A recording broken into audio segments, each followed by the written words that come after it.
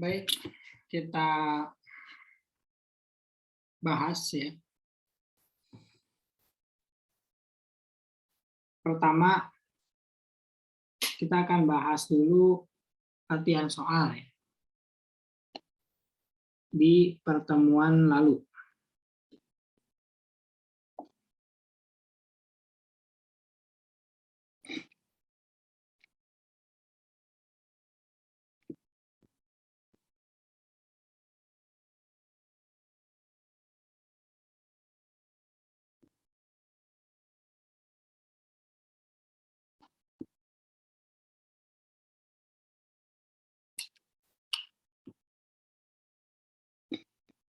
Bagi yang mau menjawab,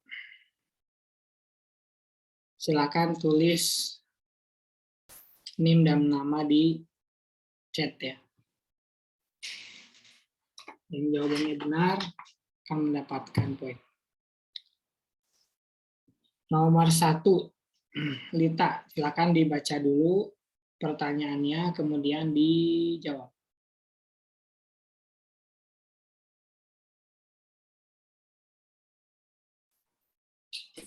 Pertanyaannya, yang nomor 1, perdagangan internasional merupakan salah satu indikator majunya suatu negara. Jawabannya adalah benar. Perdagangan internasional merupakan salah satu indikator majunya negara. Ya, betul ya. Jawabannya benar. Lanjut nomor 2. Siapa yang mau?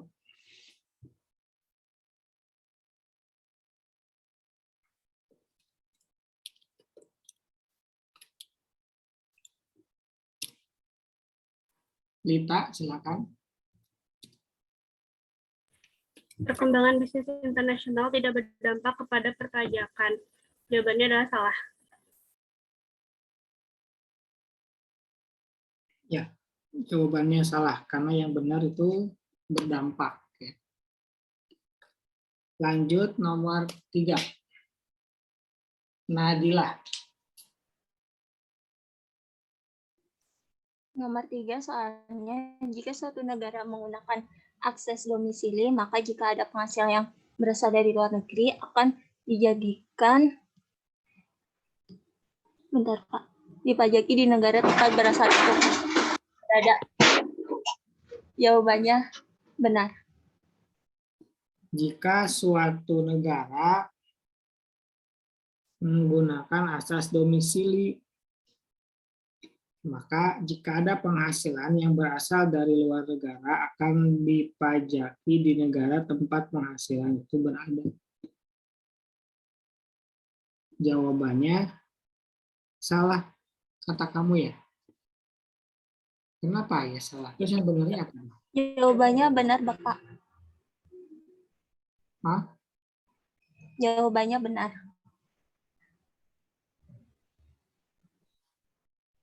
Jawabannya salah atau benar? Benar, Bapak. Kan domisili itu tempat di mana wajib pajak itu berada ya. Ini WP berada. Jadi kalau misalkan ada penghasilan dari luar negara, di tempat penghasilan itu namanya apa? Asas apa nih Nabila? Dipajak. Asas domisili, Pak. Dengan dipajaki di negara tempat penghasilan. Kamu jawabannya apa tadi? Benar, salah? Jawabannya benar, Pak. Jawabannya salah. Karena dipajaki di negara tempat penghasilan itu namanya asal sumber. Ya kan? Kalau asas domisili itu di mana wajib pajak itu berada atau berdomisili. WP berada atau berdomisili. Ya, itu nomor 3 ya. Jawabannya salah yang benar. Lanjut yang keempat. Aulia. Pajak dikenakan di tempat dia mendapatkan penghasilan tersebut dinamakan asas sumber. Benar, Pak. Apa jawabannya? Benar. Jawabannya, saya tulis dulu. Pajak dikenakan di tempat dia mendapatkan penghasilan ya. Tuh ya, ini tadi kita bahas di nomor 3. Lanjut nomor 5. Lita. Nomor 5. Asas campuran bisa disatukan antara domisili dengan asas sumber. Jawabannya adalah benar. Mama lagi kelas. Asas campuran bisa disatukan. Ya, betul ya. Jawabannya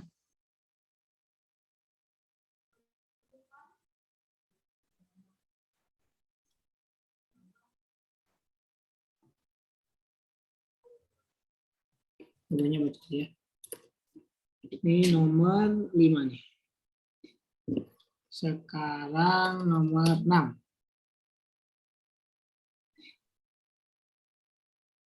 Laylatul. Nomor 6, international double taxation merupakan hal yang pasti terjadi dan diperbolehkan. Jawabannya salah. Ya, betul. Jawabannya salah. Nomor 6 itu jawabannya salah ya. Karena kalau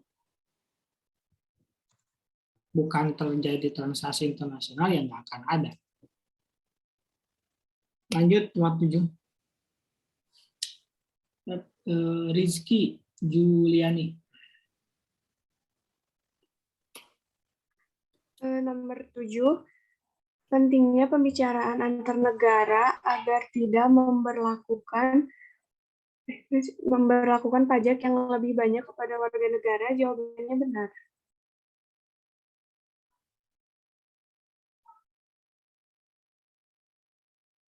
Pentingnya ya, nomor 7. Jawabannya apa? Benar, Pak.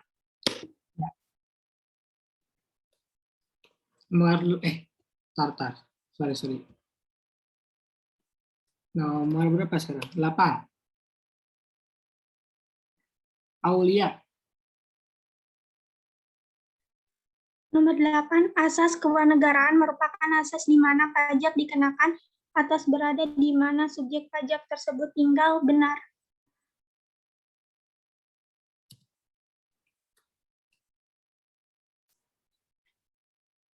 Ya, betul ya. Biasanya memang kewarganegaraan itu dari tempat dia di mana tinggal.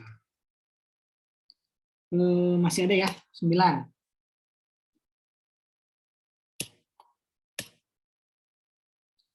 Vivi.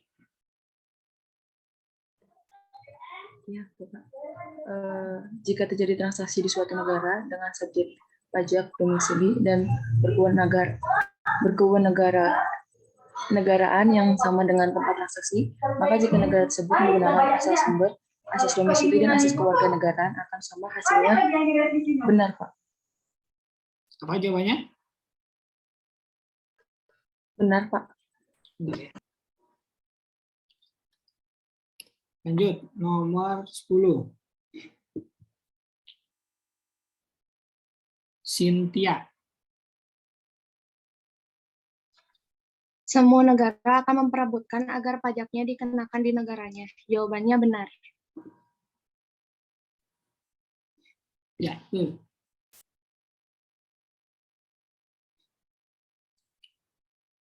Lanjut, esai nomor 1. Novilia. Ya Bapak, izin menjawab ya, untuk lesson nomor 1 jelaskan latar belakang adanya pajak internasional. Jadi pajak internasional terjadi karena adanya transaksi-transaksi internasional yang mengakibatkan setiap negara ingin memajaki karena pajak memiliki kedaulatan di masing-masing negara. Akibatnya muncul double taxation dan dibuat norma pajak internasional untuk menentukan negara yang berhak memajaki dari suatu transaksi. Ya, betul. Nomor 2. Lita. Berapakah jumlah ekspor dan impor negara Indonesia tahun 2018 dan 2019 dibedakan menjadi migas dan non-migas? Untuk ekspor 2018 sendiri, untuk migas dalam jutaan dolar sebesar 17.171,7 dan non-migasnya 162.841. Dan untuk ekspor 2019-nya masih dalam jutaan dolar, migasnya 11.789,3, non-migasnya 155.893,7. Dan untuk impor pada tahun 2018, untuk migasnya sendiri 29.868,8 dan non-migasnya 158.842,5. Dan untuk impor 2019-nya, untuk migasnya sendiri 21.885,3 dan untuk non-migasnya 149.390,4. Ya, itu ada di modul ya.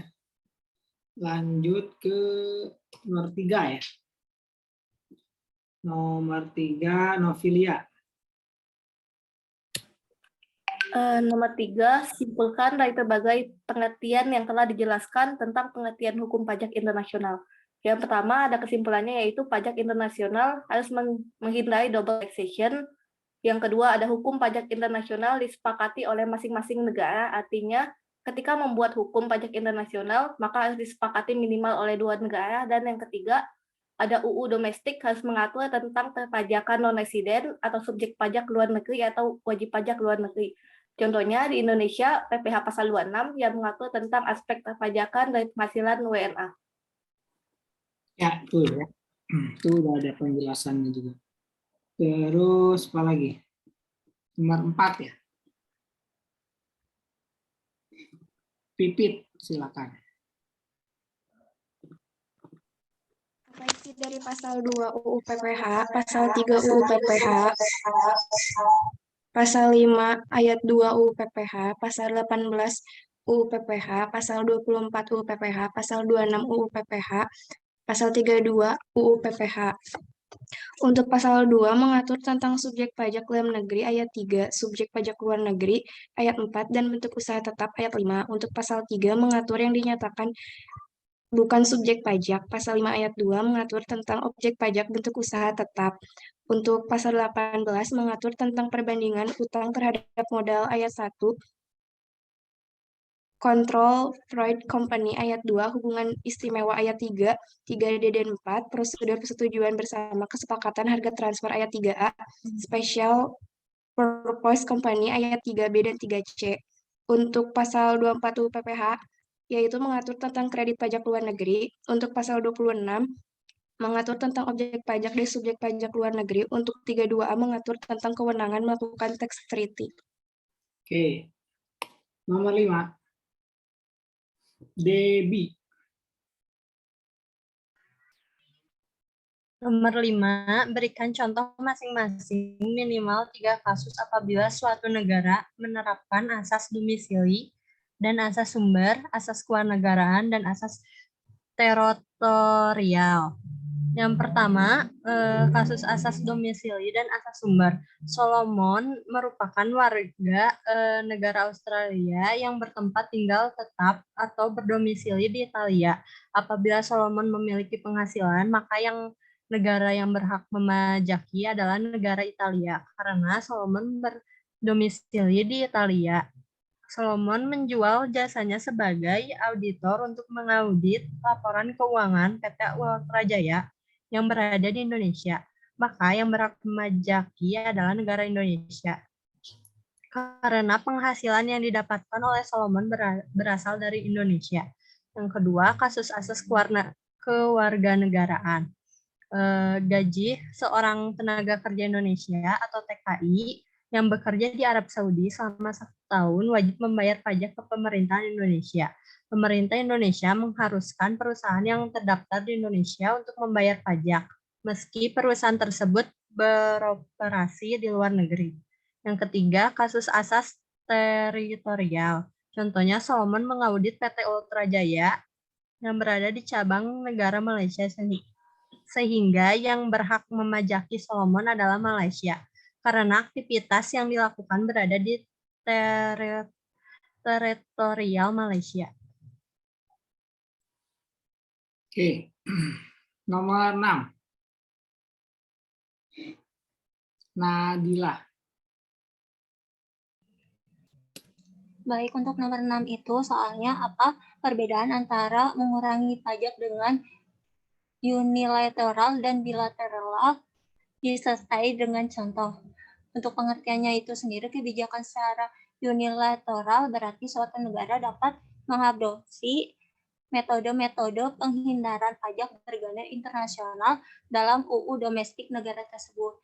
Contohnya itu misalnya penerapan kredit pajak atau kredit method atau metode pengecualian yaitu atau exemption method.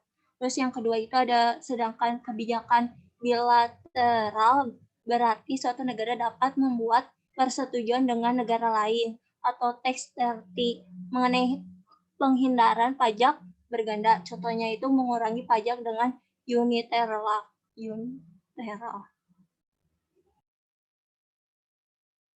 Ya, bilateral 2, ya, unilateral banyak. Nomor 7. Nomor 7, Ani. Nomor 7, jika suatu negara menetapkan pajak lebih rendah daripada negara lain akan merugikan negara lain, jelaskan disertai contoh. Menetapkan pajak lebih rendah dari negara lain akan merugikan karena investor akan lebih memilih kepada negara yang pajaknya kecil.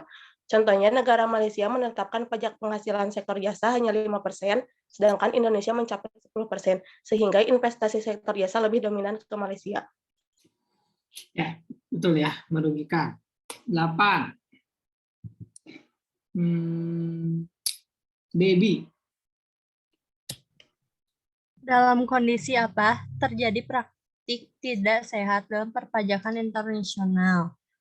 Jawabannya, faktor penentu pemanfaatan perusahaan afiliatas di Tax Haven dari hasil ujian regresi didapatkan kesimpulan aktivitas transparansi yang agresif dan kompensasi manajemen berpengaruh positif terhadap pemanfaatan perusahaan afiliatas di tax haven untuk aktivitas aset tidak terwujud yang tinggal dan perusahaan afiliatas di tax haven.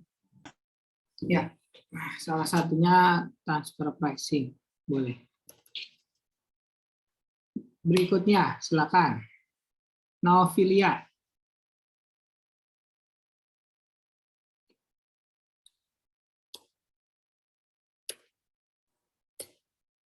Ada Novilia? Ada Bapak. 10.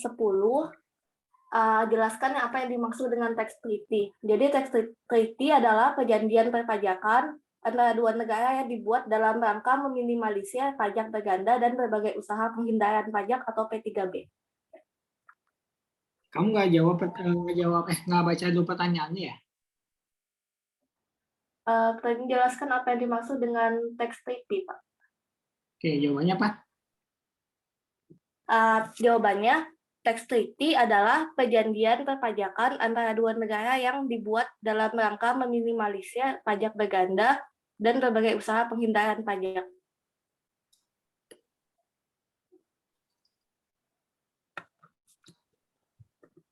Nomor 9 udah belum sih? Kayaknya belum deh. Novilia, kamu nomor 9? Belum, Pak. Kamu nomor 9 dulu, Pak. Jadi dibaca aja nomor 9, Pak. Iya. Nomor 9 dulu, sekarang belum nomor 8. Belum nomor 10. Oh ya, maaf Pak. Jadi yang nomor 9, mungkinkah jika suatu negara tidak berhubungan pajak dengan negara lain, Jelaskan tidak mungkin.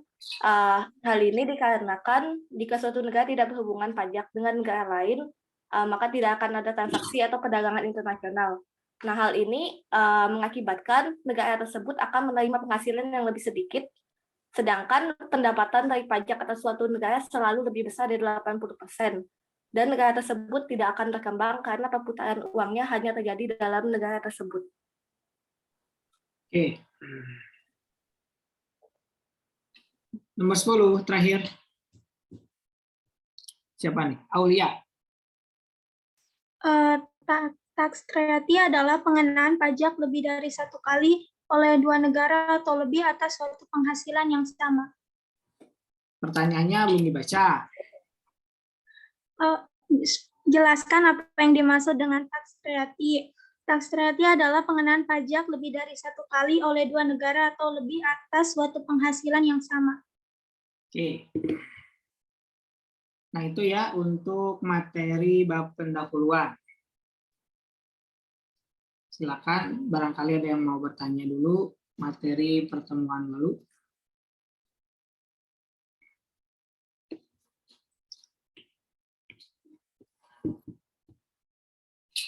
Kalau nggak ada, kita lanjut ya ke bab yang kedua, yaitu domisili fiskal. Buat materi pertemuan kedua ini, giliran saya yang bertanya, ya. Nanti kalian jawab masing-masing. Oke. Kita mulai dari pertanyaan pertama. Ini dia kelas apa ya? Kelas B.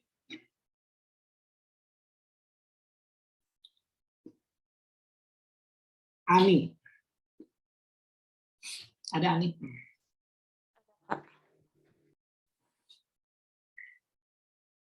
Pertanyaannya,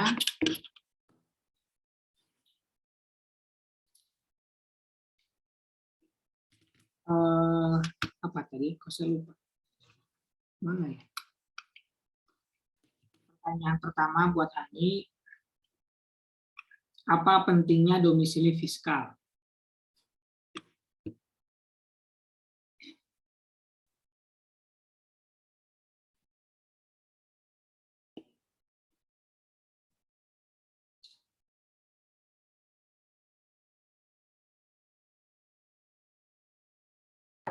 Domisili fiskal adalah kependudukan yang berhak memajakinya gitu. Jadi apa pentingnya domisili fiskal?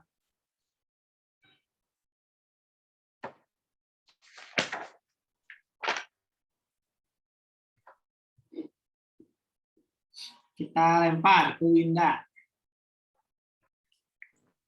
Ya, Pak.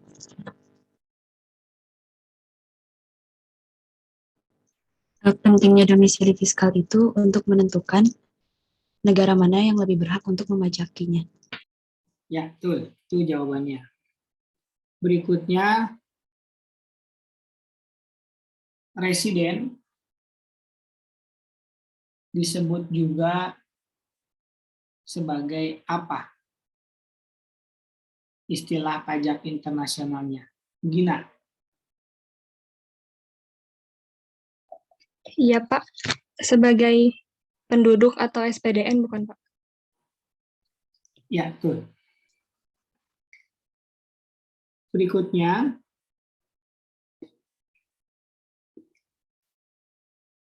apa saja jenis SPD? Apa saja yang termasuk ke dalam subjek pajak? Atau sebutkan ya jenis-jenis subjek pajak. Aulia.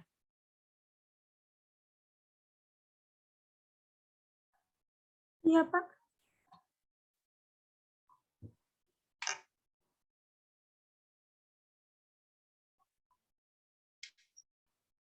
Orang pribadi.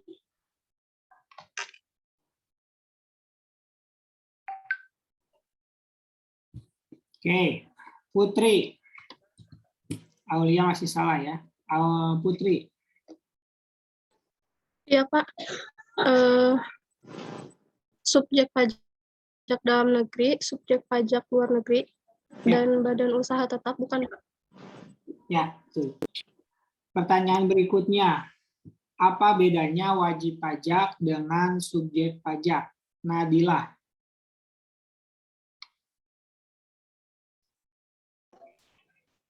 Iya, Bapak. Perbedaannya itu kalau wajib pajak itu, sebentar Pak, wajib pajak itu, Oke, Anissa. Iya, Bapak. Silakan. Wajib pajak sudah pasti subjek pajak, tetapi subjek pajak belum tentu wajib pajak. Ya, bolehlah. Berikutnya, apa kewajiban sebagai wajib pajak? Dena. Iya, Pak. Mohon maaf, Pak. Boleh diulangi pertanyaannya? Apa kewajiban wajib pajak?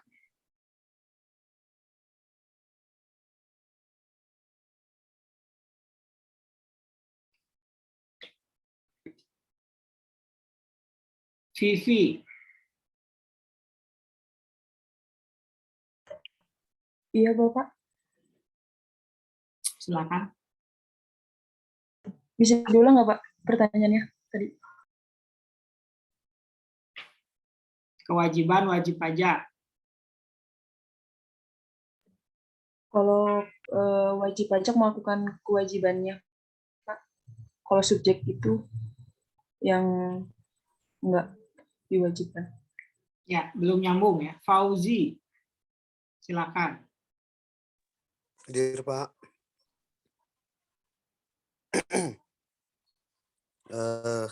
Kewajiban dari wajib pajak itu yang pertama, kewajiban untuk membayar pajak, untuk memberi data, serta kewajiban untuk melakukan pembayaran, pelaporan, pemungutan, dan pemotongan pajak. Bukan, Pak. Apa aja tadi yang persatu apa? Kewajiban untuk mendaftarkan diri atau salah satu dari wajib pajak.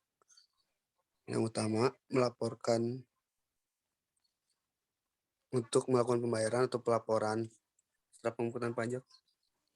Dan yang terakhir, pemeriksaan. Itu bukan sih, Pak? Ya, itu salah satunya ya. Ada banyak sebenarnya. Lanjut, kita masuk ke pertanyaan berikutnya. Apa yang dimaksud dengan worldwide income? Lita. Worldwide income itu keadaan di mana negara tuh kayak menentukan ketentuan bahwa kalau misalkan ada wajib pajak dalam negeri, dikenakan pajaknya tuh atas penghasilan dari dalam maupun dari luar. Tapi kalau misalkan untuk wajib pajak luar negeri, hanya dikenakan untuk pajak yang berasal dari dalam negerinya saja. Jadi itu memicu juga terjadinya double taxation. Oke, betul ya. Berikutnya, kalau misalkan suatu negara mengenakan pajak atas atau berdasarkan tempat di mana transaksi tersebut berasal atau berada, menggunakan asas apakah itu? Resti. Iya, gimana, Pak? Jawabannya?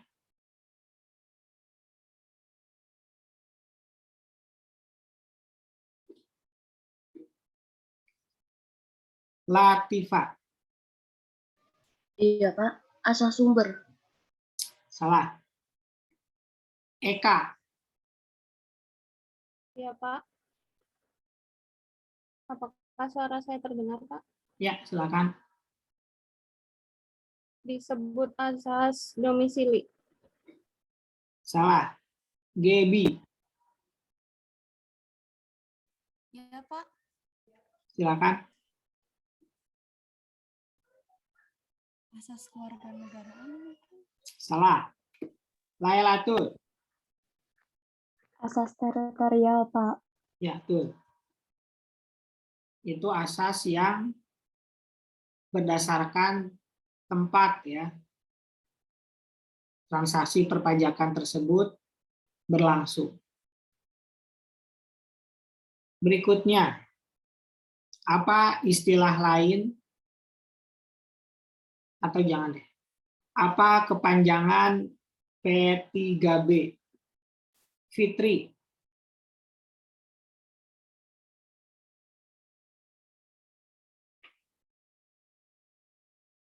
Nggak ada. Fani. Isinya perhindaran pajak berganda. Penghindaran pajak berganda. Belum ya. P-nya ada 3 ya. Nina.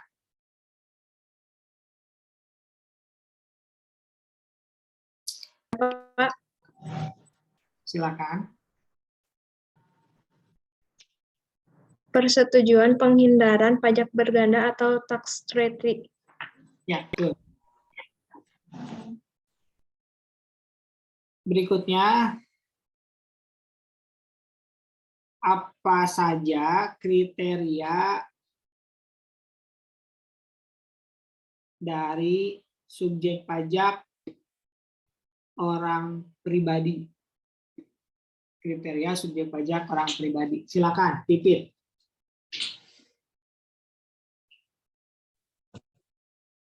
Orang pribadi, warisan yang belum terbagi, badan sama BUT.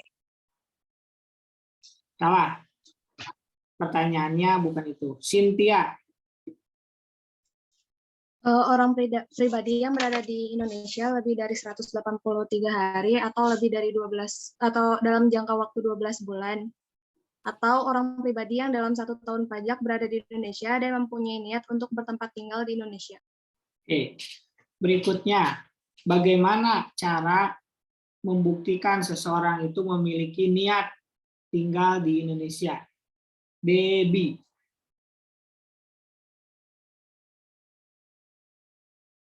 Iya, Pak. Silakan.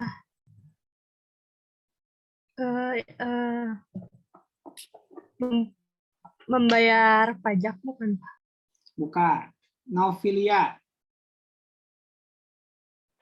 Iya Bapak, jadi salah satu contoh niatnya itu kayak memiliki usaha Indonesia, menikah dengan warga negara Indonesia atau berkeluarga gitu Pak. Ya, betul. Berikutnya, Rizky Juliani ya. Apa itu kitas?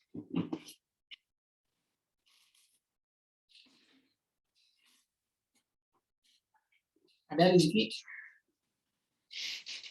Iya, Pak. Jawabannya?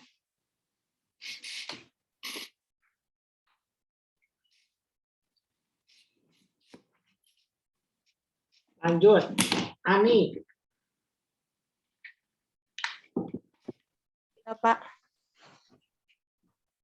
Silakan. Kartu identitas.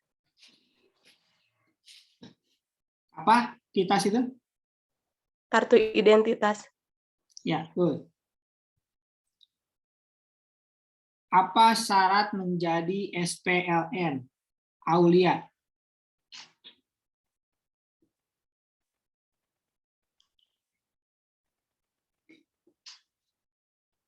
Iya, Pak. Silakan. Bertempat tinggal secara apa syarat menjadi SPLN, Pak? Jawabannya apa? Bertempat tinggal di Indonesia termasuk lebih dari 183 hari. Ya, salah ya. Itu yang DN malah ya. Nadilah.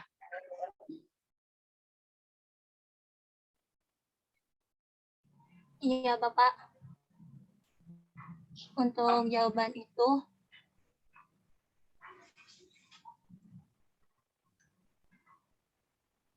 dia tuh berdomisili di luar negeri. Oke, Maka belum. dia SPLN.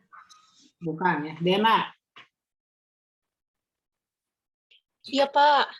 Bukan. Maaf, Bapak. Tadi pertanyaannya apa? Lewat. Vivi.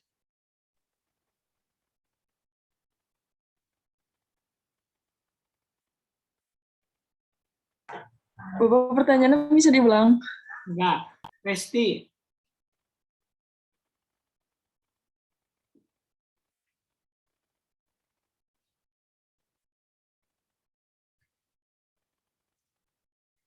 Enggak ada. Kita ganti pertanyaan. Pak, tinggal di Indonesia kurang dari 183 bukan, Pak? Coba ulangi Resti tadi soalnya hilang. Tinggal di Indonesia kurang dari 183 hari. Ya, betul.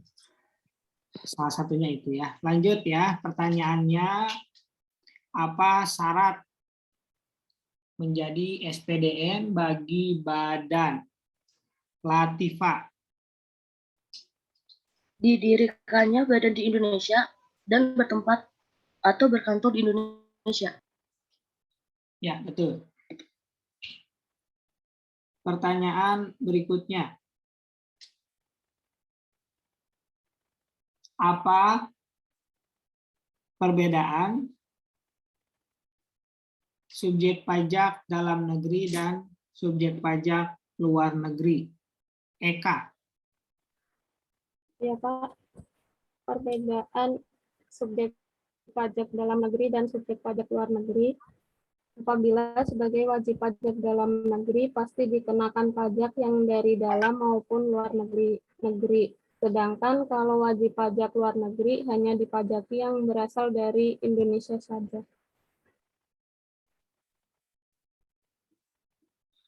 Oke. Berikutnya, dalam P3B, subjek pajak itu disebut sebagai apa? GB.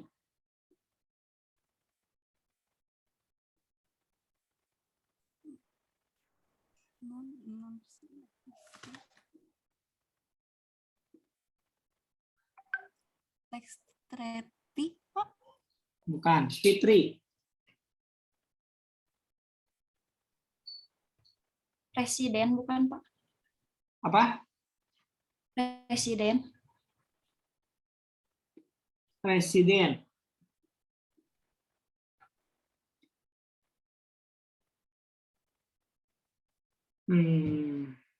Bolehlah. Lanjut.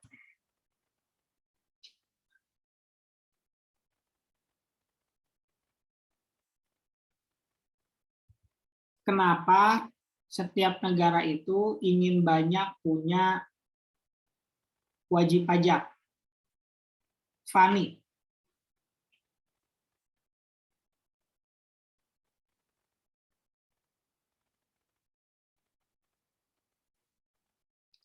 Nggak ada.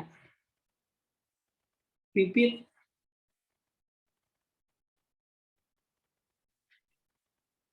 Tujuan negara memperbanyak presiden adalah agar pajaknya bisa lebih besar.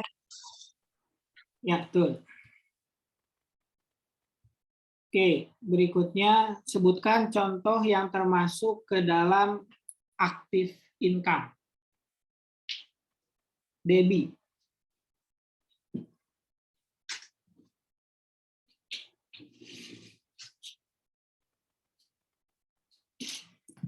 Iya, Pak. Silakan.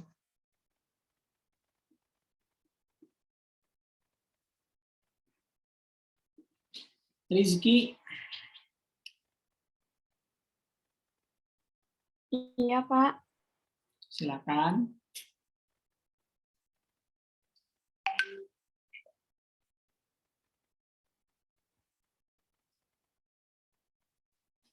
Aulia. Ya, Pak. Yaitu business profit, independent personal service, dividend personal service. Ya, betul.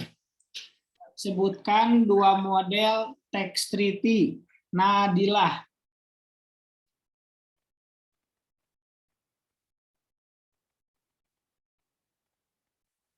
Nggak ada ya. Dena.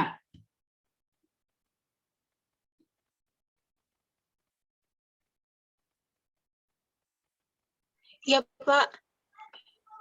Silakan.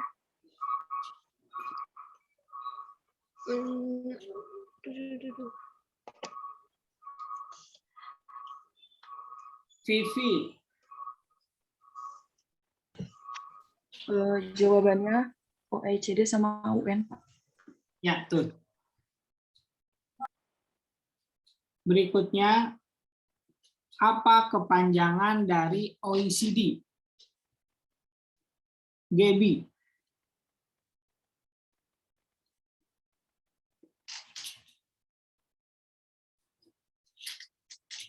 Nggak ada.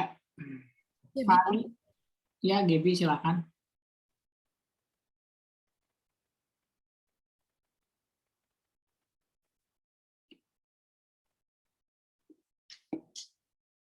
Fani.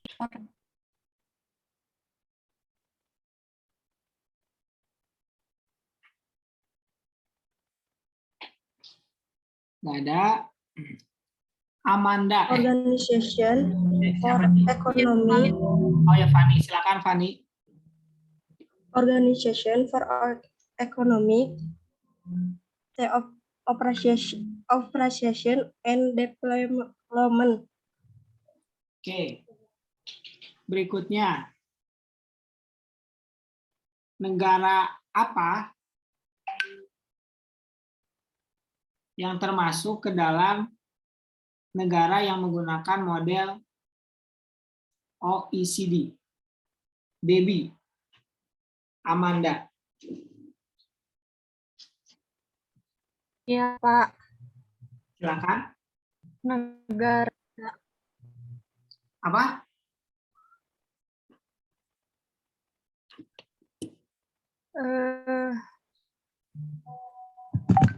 Ya, Rizky. negara maju. Rizky. Negara maju kan, Pak? Apa? Negara maju. Ya, betul. Berikutnya, istilah lain dari SKD. Rizky. Iya, Pak. Silakan.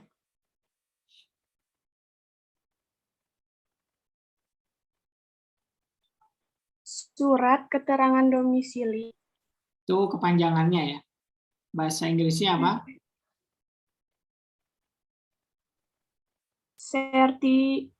Certificate of domicile. Ya, betul. Berikutnya, apa tujuan dari SKD? Nadila.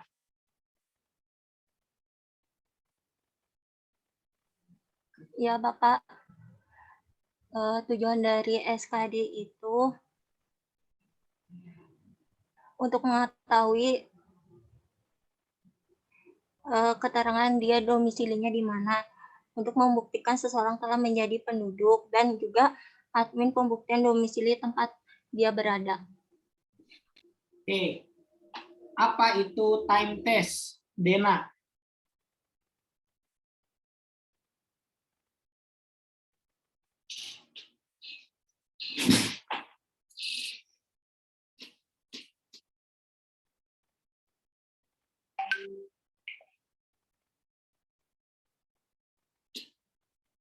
Gaby Hertika. Ya, Bapak. Time test berada di suatu negara dilihat dari kitas, paspor, dan atau kontrak atau perjanjian. Bukan itu pertanyaannya ya. Pertanyaannya, ini tinggal kamu doang loh sama Dena yang belum ya. Apa itu time test? Bentar. Yang menentukan siapa yang berhak membajaki, Pak? Bukan. Berapa lama WP di suatu negara, Pak? Apa? Berapa lama WP di suatu negara? Ya, betul. Sekarang satu lagi. Gaby. Ini Gaby, kamu udah berapa kali dapat pertanyaan dari saya? Ya. Siap, Gaby? Ya, Pak, siap. Pertanyaannya, kita yang gampang aja ya. Sebutkan contoh dari passive income.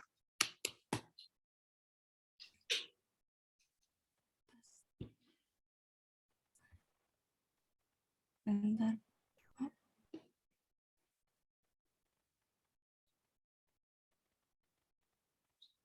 Silakan, Gaby. Investasi yang dari negara lain, yang kalau pakai asas penghasilan dari harta tidak bergerak, Pak, maksudnya kalau misalkan kita investasi yang cuma tinggal nunggu aja, yang diem.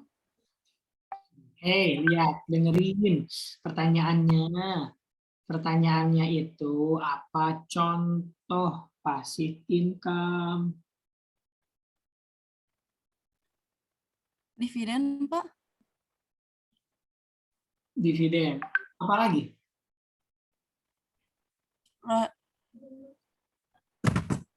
Bentar. Investasi. Iya. Oke, ya, dividen masuk lah. Dividen masuk. Investasi itu banyak ya. Apa investasinya? Kan ada yang aktif, ada yang pasif income. Apa? Royalti masuk nggak? Ya, royalti juga boleh. Nah, itu ya materi pertemuan kedua. Silakan, kita masih punya waktu sekitar 4 menit lagi. Jika ada yang mau ditanyakan tentang materi domisili fiskal, saya persilakan.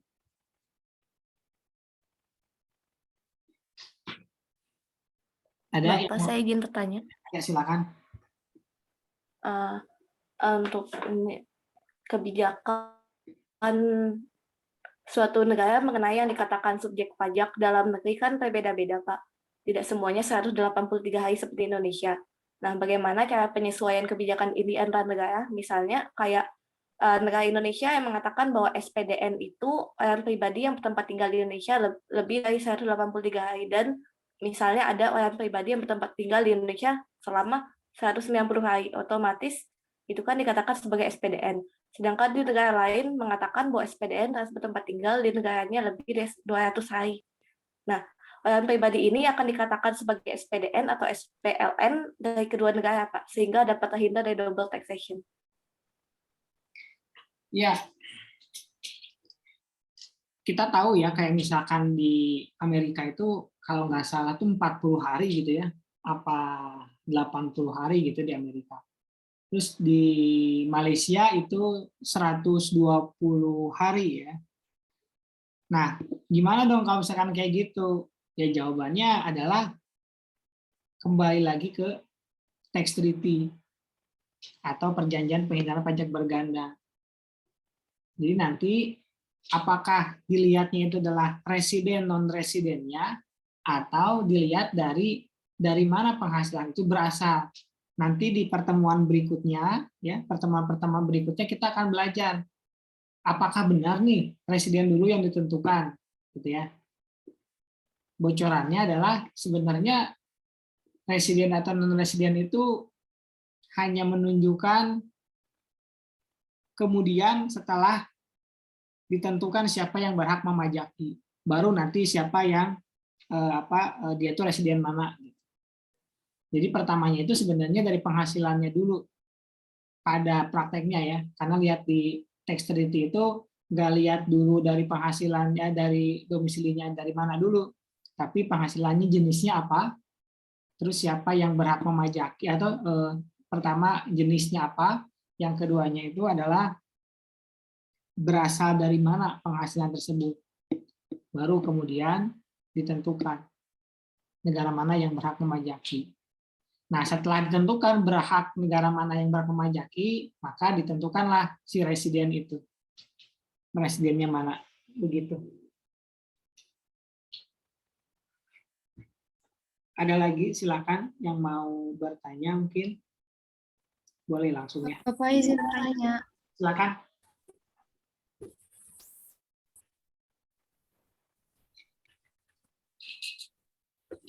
Siapa dulu ini ya, Pak? Cuman kamu doang deh kayaknya. Cynthia. Ada Cynthia sama Lita, Pak. Oh, ya udah kamu dulu yang on cam. On cam yang on mic. Ya Pak, izin bertanya, kan Indonesia itu menggunakan dua model sesuai dengan kondisi dalam perundingan dengan Dasar Penelitian Nasional, OECD sama UN. Nah kan yang OECD itu untuk pembatasan hak pemajakan negara sumber, sedangkan yang UN itu untuk melindungi hak pemajakan negara sumber. Berarti itu kan bentrok gitu Pak. Jadi maksudnya gimana gitu Pak? Masih kurang paham. Ya betul, itu emang bentrok. Makanya pada saatnya nanti kita akan belajar, misalkan kita akan analisis ya P3B antara Indonesia dengan Singapura, atau karena kalian sukanya Korea, Indonesia dengan Korea. Kita lihat Indonesia dengan Korea itu P3B-nya lebih ke OECD atau UN. Terus apakah asasnya asas sumber atau asas domisili? Jadi sebenarnya pada akhirnya tidak lagi ke dua model tersebut. Gitu. Jadi ada beberapa pasal yang mirip atau berkiblat ke OECD, ada juga beberapa pasal yang berkiblat ke UN. Makanya nanti ada model tambahan, kayak Amerika ngeluarin model US namanya. Ada juga negara Inggris bikin lagi model P3B namanya model UK. Gitu. Indonesia juga nggak kalah kreatif, bikin juga kita namanya model P3B Indonesia. Tapi tetap kembali lagi ke kesepakatan antara dua negara. Begitu. Baik Pak, terima kasih Pak. Silakan Lita gitu tadi mau nanya apa gimana? Iya Pak, izin bertanya. Kan tadi ada salah satu syarat kalau misalkan bisa dianggap SPDN kalau misalkan dia ada niatan. Salah satunya dengan cara menyewa. Nah, kalau misalkan sewanya itu kurang dari 183 hari, apakah tetap dikatakan sebagai SPDN, Pak, atau masih tetap SPLN? Ya, maksudnya sewa itu bisa dijadikan sebagai bukti niat. Ya tentu persyaratan sebelumnya harus dipenuhi dulu. Ya kalau misalkan nyewa tapi nyewa nangan sabulan, mah itu mah ngaranna kos. Apalagi nyewanya kalau cuma sehari gitu ya. Itu namanya staycation ya, lain SPDN gitu. Ya, begitu. Jadi harus tepat. Terima kasih, Pak. Kalau beli mah kan udah pasti kan lebih dari 183. Kalau sewa kan belum tentu. Ada lagi yang mau tanya? Bapak izin bertanya. Silakan. Kapan kewajiban PPN dan PPH akan berlaku untuk BUT, Pak? Kapan perpajakan PPN dan PPH untuk BUT? Gitu ya pertanyaannya? Iya, Pak. Kapan kewajiban PPN dan PPH akan berlaku untuk BUT? Ya, pada saat ada transaksi yang termasuk ke dalam objek tersebut. Kalau misalkan kan di pertemuan lalu kita udah bahas ya, pajak itu ada kalau ada transaksi. Kalau nggak ada transaksi ya nggak ada pajak. Gitu. Kayak misalkan kalian diam aja di rumah gitu ya, nggak ngelakuin transaksi apapun yang nggak dipajakin. Tapi ketika kalian diam di rumah, tapi diam di rumah itu check out Shopee Food, gitu ya, check out Bukalapak, sampai di keranjangnya sampai kosong karena sekarang tanggal 1 gitu ya. Nah itu kena PPN. Apalagi kalian suka beli dari impor dari Cina yang datangnya itu 2 bulan beli gitu. Geus poho pas poho datang barang apa ini gitu ya.